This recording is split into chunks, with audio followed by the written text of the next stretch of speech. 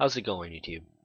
We're all in this together, which means we all have part of the answer to the meaning of life. Regardless of what your answer may seem like to others, how crazy it may be perceived, part of your answer is correct. Not all of it, but part of it. Just because someone doesn't follow directly in your footsteps and your beliefs or practices doesn't make them wrong, because everybody is on their own path to the meaning of life, to their individual meaning, and to God.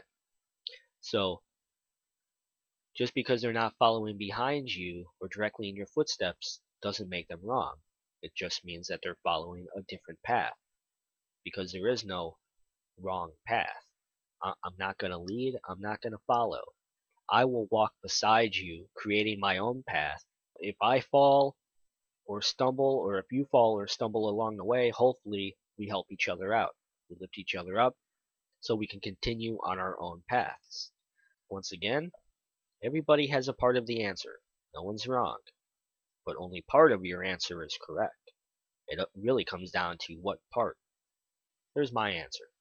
Now remember, only part of it is correct. I believe that God created gardens we call solar systems.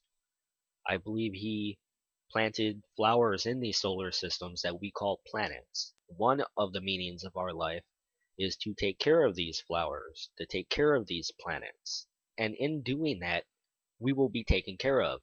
Because after all, if these flowers or planets weren't around, we wouldn't be either. Now, even though it's not a grand scale meaning, like you're going to save the universe from evil or you'll become a god or that like you've seen in Hollywood, it's meaning. And even though it may not mean much to you, it means a lot to the one who planted those flowers, who created those gardens. It means more than you give credit for. Now, if we look at how a flower reproduces, the male flower produces pollen, which is transferred to the female flower. Now, if we look at that at a planetary scale, and we change pollen to molecules, or DNA, we get a picture of a male planet producing molecules, and those molecules are transferred to a female planet, which is a water planet. That pollen, those molecules, mix, and a new flower is created.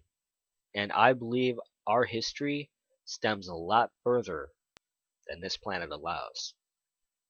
And I think we are one of many different types of caretakers in one garden of many, maintaining or destroying the flowers that God planted. Now, regardless of what that may sound like to you, that's my answer.